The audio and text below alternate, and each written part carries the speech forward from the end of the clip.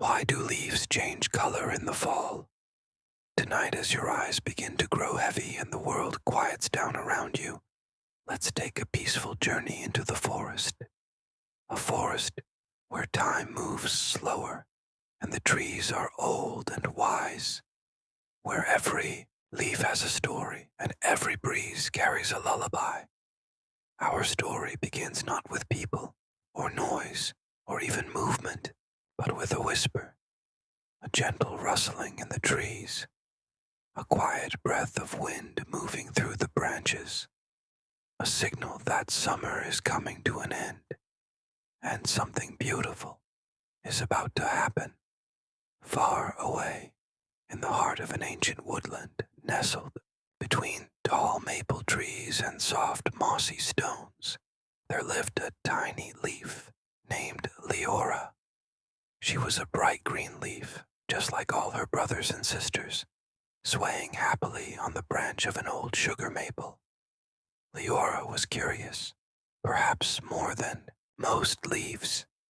She loved listening to the birds during the day and the crickets at night. She loved the way sunlight danced through the canopy above her, painting patches of gold on the forest floor. And most of all, she loved asking questions. All summer long, Leora fluttered in the breeze and soaked in the sun. She drank sweet rainwater and giggled when the squirrels leapt past her. But there was one thing she couldn't stop wondering. Why do the leaves change color in the fall? She whispered to the wind. The wind chuckled softly, not ready to answer, but promising that one day Leora would understand. And so the summer passed, slowly and sweetly. The days were long and warm, and the forest buzzed with the sleepy songs of bees and the lazy flaps of butterflies. But as the sun began to rise a little later and set a little sooner, Leora noticed something strange. The air felt cooler at dawn. The light had changed. It was softer now, as if wrapped in silk. And one morning, Leora spotted something unusual. Just across from her, on a different branch, one of her cousins had turned orange. Bright, glowing, golden orange. Leora blinked, stunned. "What happened to you?" she asked. Her cousin smiled sleepily. "The change is beginning," he whispered. "It's not something to be afraid of. It's something magical." Leora felt a soft chill of excitement. The change. The thing she'd wondered about all summer.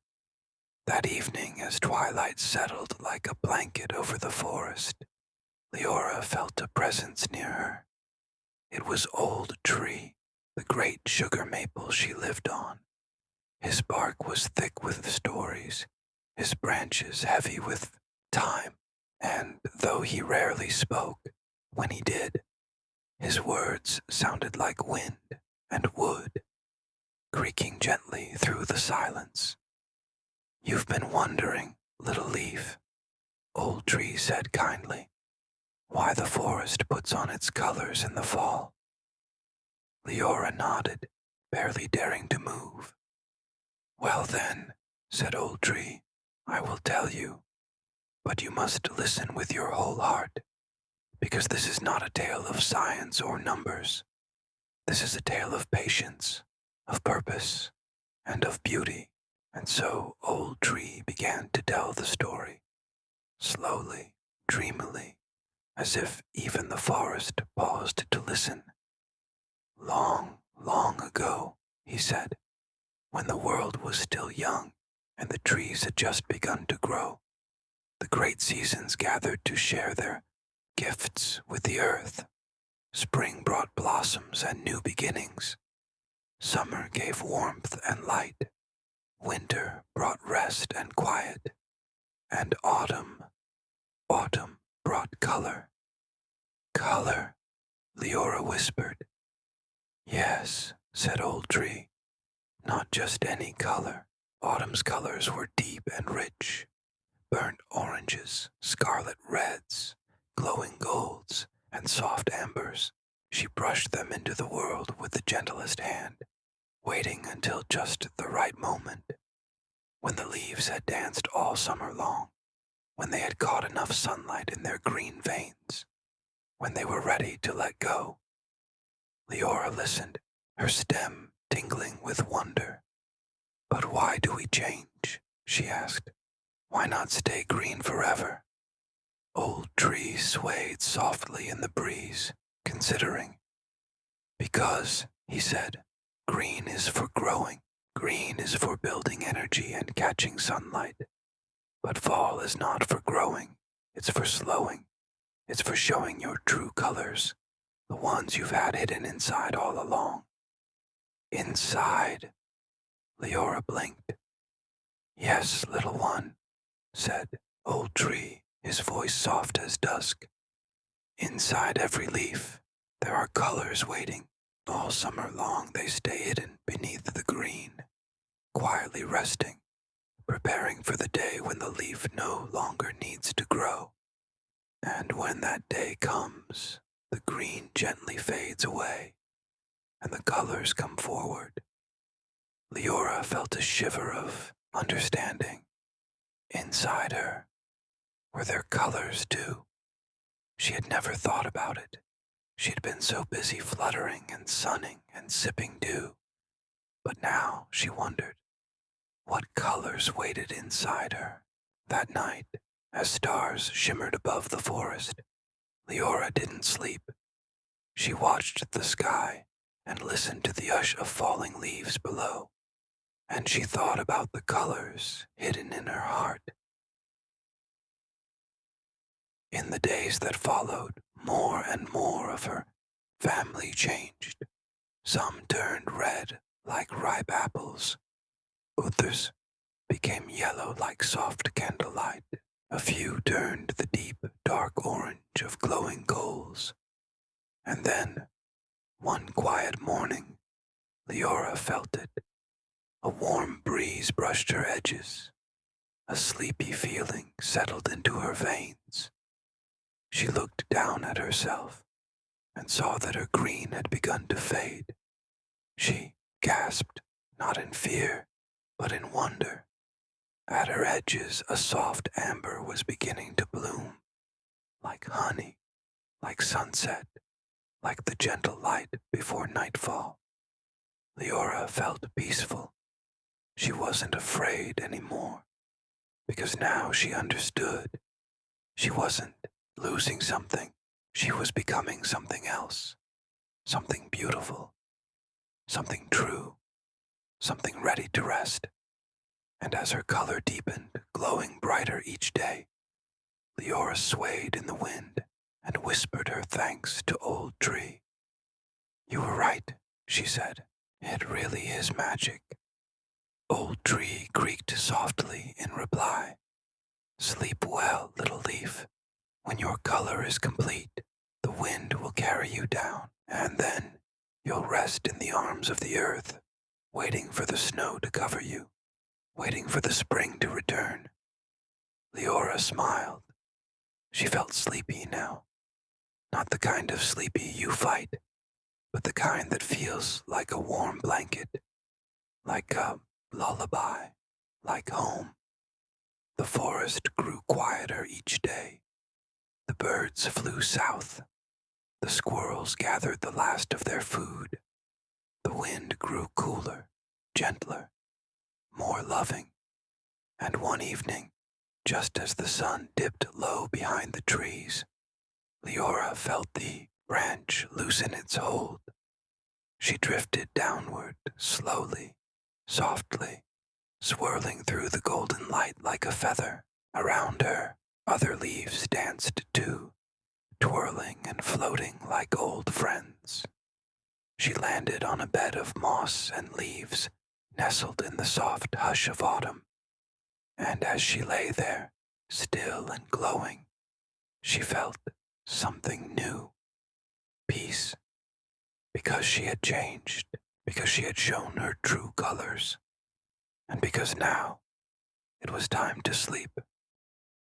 The forest had grown very quiet. Even the wind now whispered instead of danced. The squirrels, once so busy and bold, moved more slowly, their footsteps muffled by a thick carpet of fallen leaves. And high above, the sky had taken on a sleepy hue, more silver than blue, as if it too were ready to close its eyes. Nestled among the roots of old tree, Leora the leaf rested peacefully.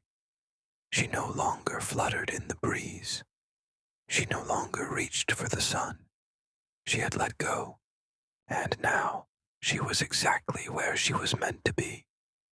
But Leora's journey wasn't over, not yet, because while her days of dancing in the wind were finished, a new kind of story was just beginning.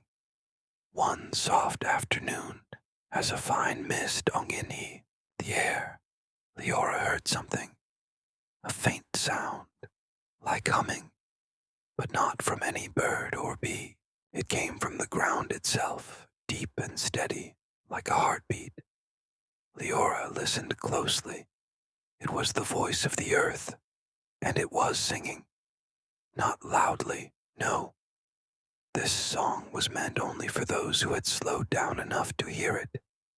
It was a song for seeds buried beneath the soil, for roots stretching in their sleep, for leaves like Leora, resting in a golden blanket across the forest floor. "What is that song?" she whispered. A nearby acorn tucked beside her answered in a sleepy tone. "It's the song of the slow time." "The slow time?" Leora asked. "Yes," said the acorn. "The time when everything sleeps, when everything rests, when the forest takes a long, deep breath before waking again." Leora sighed. The idea of resting felt so right, so needed. Her color had now faded to a soft, papery gold, but she felt no sadness. She felt full, as if she had lived a good story and was now listening to the next chapter. As the days passed, frost began to kiss the edges of the forest. Each morning, a thin sheet of silver covered the moss and leaves, sparkling in the light before melting away. Leora loved the frost. It made her feel as though the stars had come to visit her, laying gently beside her in the early hours of dawn. Then one evening, a visitor came to Old Tree. She was small, light-footed, and wore a cloak of woven mist and moonlight. Her eyes shimmered like icicles, and her footsteps left tiny crystals behind. She was not a creature of fur or feather, but of season and silence. Her name was Autumn's End. She moved through the forest, not with haste, but with purpose. She touched each branch and whispered to every leaf, reminding them of their journey and thanking them for their colors. When she reached the base of Old Tree, she knelt among the fallen leaves. "Leora," she whispered, "your story has been beautiful." Leora glowed softly, even in her rest. "Thank you," she murmured.